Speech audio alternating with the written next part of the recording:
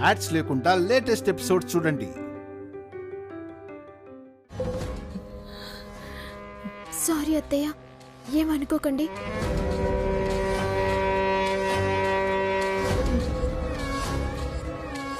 అమ్మా, అయ్యో అబ్బా, అత్తయ్య నొప్పిగా ఉందా? ఉండండి, ఇప్పుడే పెయిన్ బాంబ్ తీసుకొస్తాను.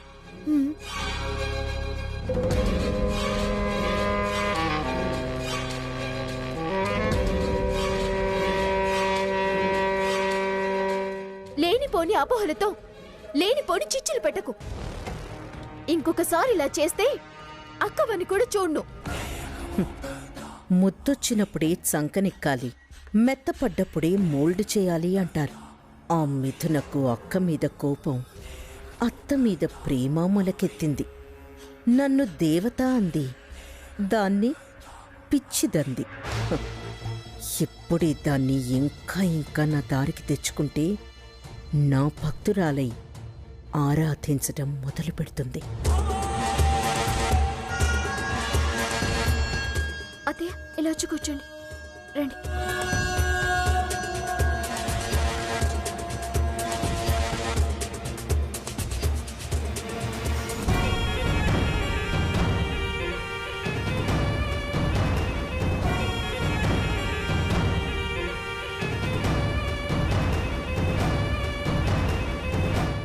దానికి మెంటల్ వచ్చినట్టుంది అత్తయ్య. అదేం చేస్తుందో దానికి అర్థం కాకుండా పోయింది. నిజానికి అది కూడా మంచిదే, కానీ సడన్ గా ఎందుకు ఇలా అయ్యిందో అసలు అర్థం కావట్లేదు. సడన్ గా ఏం కాదులే మిథున, ఇది స్టార్టింగ్ నుంచి పుట్టిన బుద్ధే. డబ్బు ఎవరికి చేదు, పెత్తనం ఎవరికి బరువు అని నీ భర్త ఎక్కడ చైర్మన్ అవుతాడు అని మీ అక్క బాధ. వాళ్ళ ఆయన్ని కుర్చీ ఎక్కించి తను రాజ్యమేలాలని కోరిక. అందుకే నా చెయ్యి విరిచి మరీ వాణ్ణి చైర్మన్ని చేస్తానని ఛాలెంజ్ చేసింది. అయినా నాకు వాడైనా తారకైనా ఒక్కటే. ఇద్దరు రెండు కళ్ళు నాకు. ఈ మాట మీరు అనటం నేను చాలాసార్లు విన్నానత్తయ్య. నువ్వు మంచిదానివి కాబట్టి విని ఊరుకున్నావు. దాని స్వార్థానికి ఆ మాట నచ్చలేదు. నాకు చెల్లంటే అంత ప్రేమ ఇంత ప్రేమ అంటమే కాని ఆస్తి మీద మోజు చాలా ఉందమ్మా మీ అక్కకి.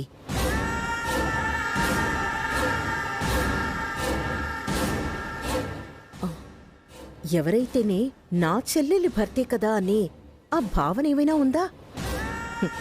పిత్తప బుద్ధి పీకల దాకా కుళ్ళు. మనము మనము మనము అనుకుంటున్నాం, అది నేను నా భర్త అని మాత్రమే అనుకుంటోంది.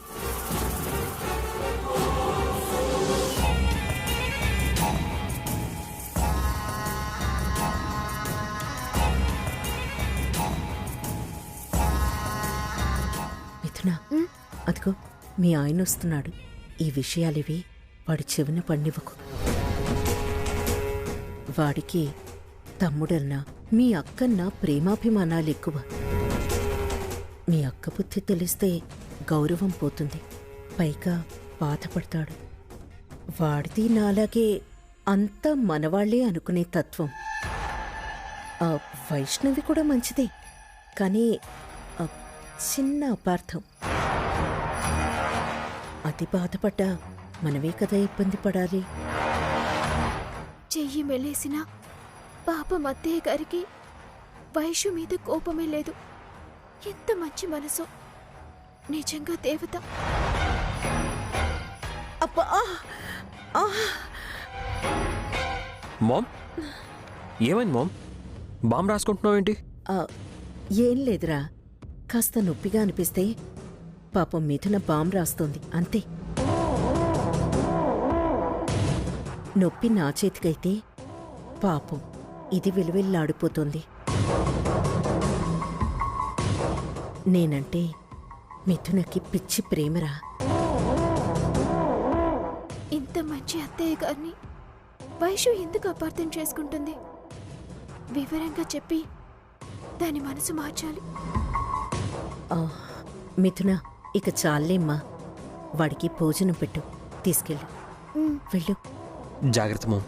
సరే. రండి. పద.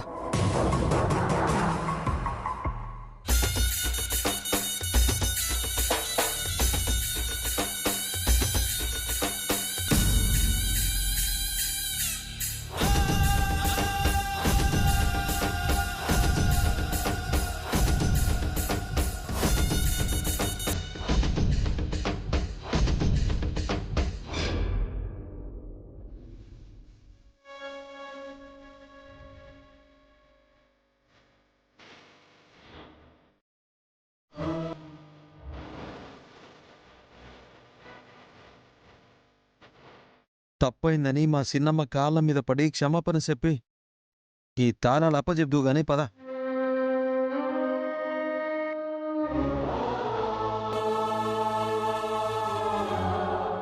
అర్థమైంది కదా? మా సిన్నమ్మ దేవత. ఇట ఎవరు బాధపడుతున్నా అసలు చూడలేదు.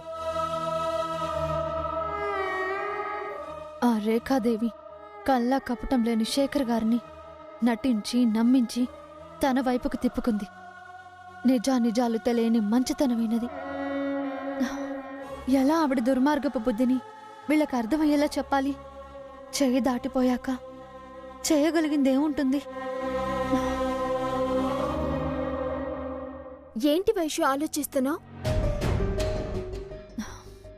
రేపటి గురించి. ఇప్పుడు చేసిన తప్పు తెలుసుకొని నువ్వు మారకపోతే రేపే కాదు, ఎప్పుడూ ఇలానే ఉంటుంది. ఏంటి మిథున నువ్వనేది? అత్తయ్య గారిని కూడా ఆలోచించకుండా అలా చెయ్యి మెలేయటం ఏంటి వైషు? ఆవిడ గురించి నీకు తెలీదా మిథున? నీకు తెలిసిందే నిజం అనుకుంటే ఎలా? అప్పుడు జరిగింది పొరపాటు, అపార్థం. అది వేరు వైషు. ఇప్పుడు ఆవిడ మనకి అత్తయ్య గారు. గౌరవించాల్సిన ధర్మం మనది. స్థాయి ఏదైనా, స్థానం ఏదైనా సంస్కారాన్ని బట్టే విలువ. దుర్మార్గాన్ని గౌరవించాల్సిన అవసరం లేదు మిథున. తప్పుని సమర్థించడం ఇంకా పెద్ద తప్పు. తప్పుగా అర్థం చేసుకోవటం కూడా తప్పే, అపార్థమే. కాని మంచితనం అర్థం చేసుకోలేకపోతున్నావు. మంచితనమా? ఆవిళ్ళోనా? గతం మర్చిపోయి సమర్థిస్తున్నావా? నిన్ను కోడల్ని చేసుకోవడం ఇష్టం లేక ఎన్ని మెలికలు పెట్టిందో, ఎన్ని మలుపులు తిప్పిందో, ఎంత ఇబ్బంది పెట్టిందో మర్చిపోయావా మిథున? ప్రేమ అనగానే నీ పేరు చెడగొట్టే ప్రయత్నం చేసింది. పెళ్లి అనుకుంటే పత్రికలు కాల్చింది. అపశకునాలు, అవాంతరాలు, అరిష్టాలు, చివరకు హత్య ప్రయత్నాలు. ఎన్ని ఎన్ని దుర్మార్గాలు చేసింది. అన్నీ దాటుకుని వచ్చాక కూడా శోభనాలకి అడ్డంకులు. అన్నీ మర్చిపోయి తప్పు నాదని ఎలా అంటున్నావు? నన్ను మారమని ఎలా సలహా ఇస్తున్నావు మిథున? ప్రత్యక్షంగా చూసి అనుభవించి ఇలా ఎలా మాట్లాడుతున్నావు మిథున? మంచితనం అర్థం చేసుకున్నాను కాబట్టి. నువ్వు చేయి మెలేయటం, ఛాలెంజ్ చేయటం నేను చూశాను కాబట్టి. నువ్వు చేస్తే నీతి, నిజాయితీ, ధర్మం, న్యాయం, ధైర్యం. ప్రశ్నించే తత్వం ఏమీ లేని మనకి అంతో ఇంతో ఈగో ఉన్నప్పుడు ఓ స్థాయిలో ఉన్నవాళ్ళు వాళ్ళకి ఈగో ఉంటే తప్ప దాన్ని దుర్మార్గం అంటే ఎలా వైషు? నీకు ఆవిడతో పడలేదు కాబట్టి అందరికీ చెడ్డదవ్వాలనే రూల్ ఏం లేదు. పాజిటివ్గా చూస్తే ప్రాబ్లమ్సే రావు. అందుకే మారమంటున్నా వైషు. మన కోసం మనం మారటంలో తప్పేం లేదు. మిథున? అవును వైషు, మిథునని. మనం తోడి కోడళ్ళుగా వచ్చామని సంతోషించాం. ఆ సంతోషాలు దక్కాలంటే, మనం మనలా కలిసిమెలిసి ఉండాలంటే అత్తయ్య గారితో కలహాలకి నువ్వు ఫుల్ స్టాప్ పెట్టాలి. ఆవిడకు నీ వాళ్ళు నా వాళ్ళు అనే వ్యత్యాసం లేదు. నువ్వు నేను అనే తేడా లేదు. ఆవిడ నూరిపోసిందా లేక నువ్వే మారిపోయావా మిథున? ఇదే అపార్థం. అందుకే నిన్ను మారమంటున్నా. నువ్వు మారకపోతే మన మధ్య పొరపచ్చాలు తొంగి చూసినా ఆశ్చర్యం లేదు వైషు.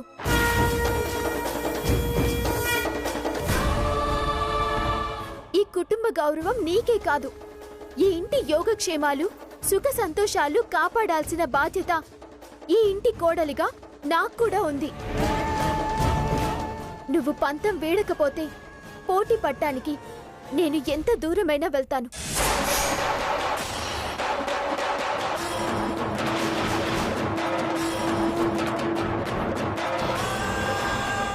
నీకు ఎదురు నిలిచే పరిస్థితి తేవద్దు వైషు.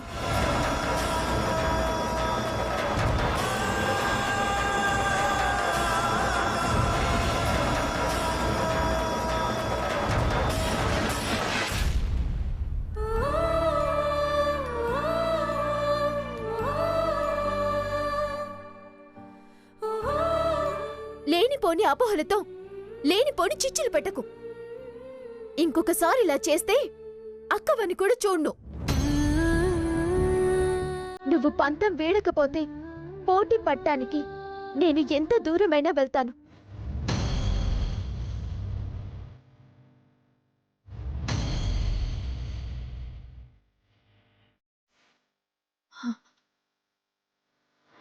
ఆ రేఖాదేవి అందరినీ పొల్యూట్ చేసి నా మీదకి ఉసిగొల్పుతోంది.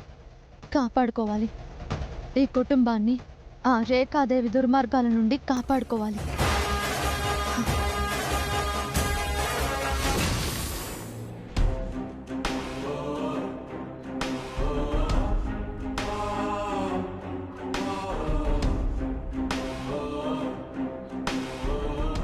శేఖర్, అన్నయ్య, అన్నయ్య, నువ్వు నన్ను తప్పుగా ఏమనుకోవట్లేదు కదా? నిన్ను తప్పుగా అనుకోవడం ఏంట్రా? ఏ విషయంలో? అదే అన్నయ్య, చైర్మన్ అవ్వాలనే విషయంలో నాకసలు అలాంటి ఆలోచనే లేదు.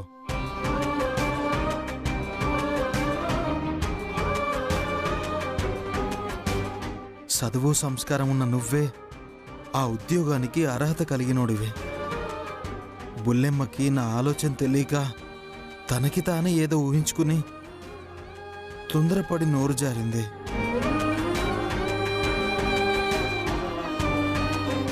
నువ్వు ఏమీ తప్పుగా అనుకోకో. శేఖర్, నిన్ను తప్పుపట్టే ఆలోచన ఈ జన్మలో నాకు రాదురా. నువ్వు ఆ విషయంలో అస్సలు ఫీల్ అవ్వద్దురా. నిన్నే కాదు, వైష్ణవిని కూడా తప్పు పట్టే అవసరం లేదు. భార్యగా అలా ఆలోచించడం సహజంరా. కానీ తొందరపాటుతనం తప్పుగా భావించే అవకాశం ఇచ్చింది. నీ అంత పెద్ద మనసుతో బుల్లెమ్మ ఆలోచించలేకపోయిందన్నయ్య. సరే, జరిగింది ఏదో జరిగిపోయింది. తను ఈ పాటికే తప్పు తెలుసుకొని ఉంటుంది. అయినా జరిగిన దానికి బాధపడుతూ నువ్వు భోజనం మానేస్తే ఎలా? పద, భోజనం చేద్దు గాని. అన్నయ్య, పాపం బుల్లెమ్మ కూడా తిన్నట్టుగా లేదు. తను తినకుండా నేనెలా భోంచేస్తాను? వీడి జాలి దాని ఆలోచనలకు బలాన్నిస్తుంది. అది అవకాశంగా తీసుకుంటుంది. దగ్గరైతే మంచితనం మీద గౌరవం పెరగచ్చు, దానికి విలువ ఇవ్వచ్చు. శేఖర్, విన్నాన్రా. తారక్ రమ్మంటం, నువ్వు వైష్ణవి గురించి అనటం అంతా విన్నాను. తను నీలా ఆలోచిస్తే ఇంతదాకా వచ్చేదే కాదు. మనం మంచి తలుస్తాం. తను ఎక్కువ తక్కువలు తప్పొప్పులు ఎంచుతుంది. తను ఆలోచనలు మార్చుకుంటే ఎలాంటి తగువులు రావురా. పాపం నువ్వేమో తిన్నదో లేదో అని తన ఆకలి గురించి ఆలోచించి జాలి పడుతున్నావు. కానీ తనసలు మన గురించి ఆలోచించిందా? ఎవరు ఎలా పోతేనే, ఎవరి కడుపు మాడితే నాకేంటి అని చిన్న నా పుట్టకి శ్రీరామరక్ష అని శుభ్రంగా ఆరగించి ఆవులిస్తోంది.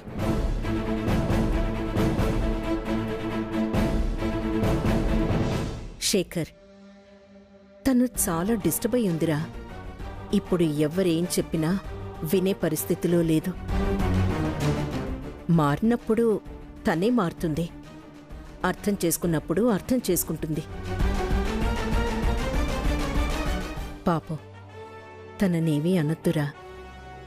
చేయి జారినా తీసుకోవచ్చు గాని మాట జారద్దు అంటారు.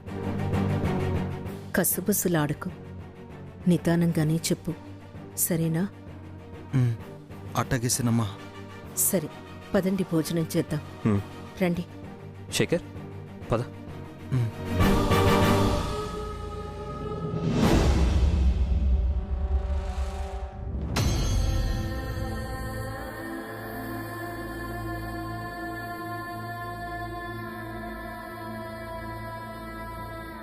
నిన్న ఊరొచ్చినప్పుడు ఈ అమ్మగారు ఇలా చెప్పమని నాకు డబ్బులు ఇచ్చారమ్మా.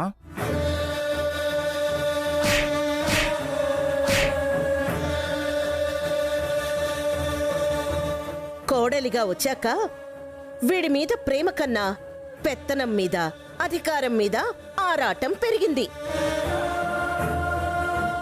ఆ శేషయ్య నీతో చెప్పింది వేరు, ఇక్కడ వాగింది వేరు. అలా ఎలా అని బుర్ర బద్దలు కొట్టుకుంటున్నావా? అంతా ఈ రేఖాదేవి మహత్యం. రేఖాదేవి నన్ను దోషిని చేసి తాను దేవత అనిపించుకుంది. ఒకవేళ నేను నిరూపించకపోతే నా జీవితంలో చీకటి అలుముకుంటుందా?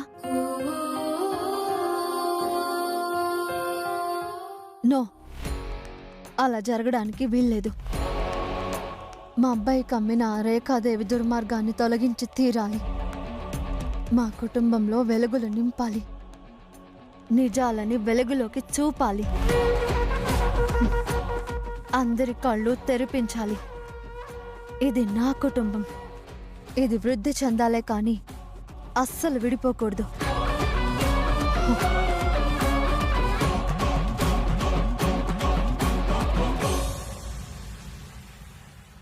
అమ్మ వైష్ణవి, ఎంత ఆలోచించినా కొన్నిటికి పరిష్కారాలు, సమాధానాలు అంత తేలిగ్గా రావమ్మా. నేను అనుకునే స్వార్థం, మనం అనుకునే మంచితనం మీద నిందలు వేస్తూనే ఉంటుంది. శేఖర్ని చైర్మన్ని చెయ్యాలనే నీ ప్రయత్నాన్ని 10 మందిలో భుజం తట్టి ప్రశంసించి ప్రోత్సహించలేకపోయినా అభినందించగలనమ్మా. ఎందుకంటే నా కోరిక కూడా అదే కాబట్టి. కోరికలు ఎన్నున్నా దైవ నిర్ణయాలని జయించలేం కదా.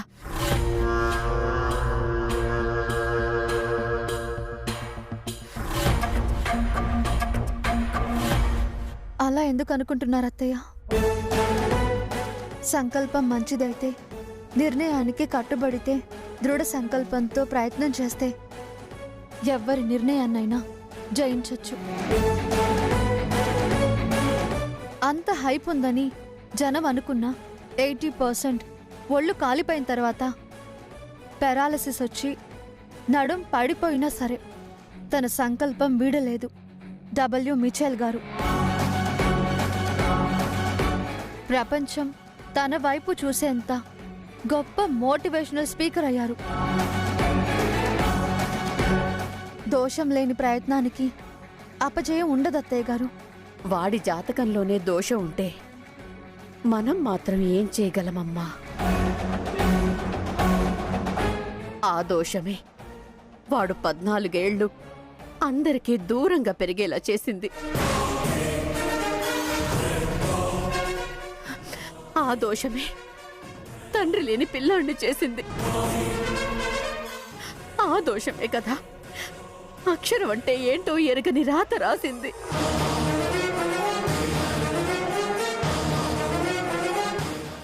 వాడి రాతని ఎవరు మార్చగలరు? ఆ దోషాన్ని ఎవరు పోగొట్టగలరు? నువ్వు ప్రయత్నం చేసి చెడ్డదాని అవ్వటం ఎందుకమ్మా? మానుకోవడం మంచిదమ్మా. అరణ్యవాసం అజ్ఞాతవాసం అని పురాణాల్లో అనటం విన్నాను. ఆ తర్వాత వీరి విషయంలోనే వింటున్నాను. అసలు దోషమని ఎవరు చెప్పారత్తయ్యా? వారు పోయాక మన కులగురువులే శేఖర్ జాతకం పరిశీలించి చెప్పారమ్మా. మన కులగురువుల మాట ప్రకారమే శేఖర్ని దూరంగా పెంచాల్సొచ్చింది.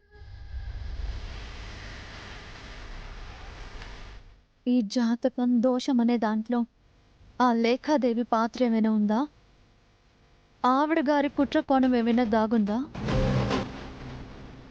ఆ మావయ్య గారు పోయే నాటికి శేఖర్ గారి వయసు ఎంత అత్తయ్య? 6 ఏళ్లుంటాయి. దోషం 6 ఏళ్ళు ఆగుతుందా? ఆ తర్వాత మాలిని కూడా పుట్టింది. వారు పోవటం తప్ప మరే నష్టం కష్టం ఈ కుటుంబంలో ఎవరికీ జరగలేదు. Something is wrong.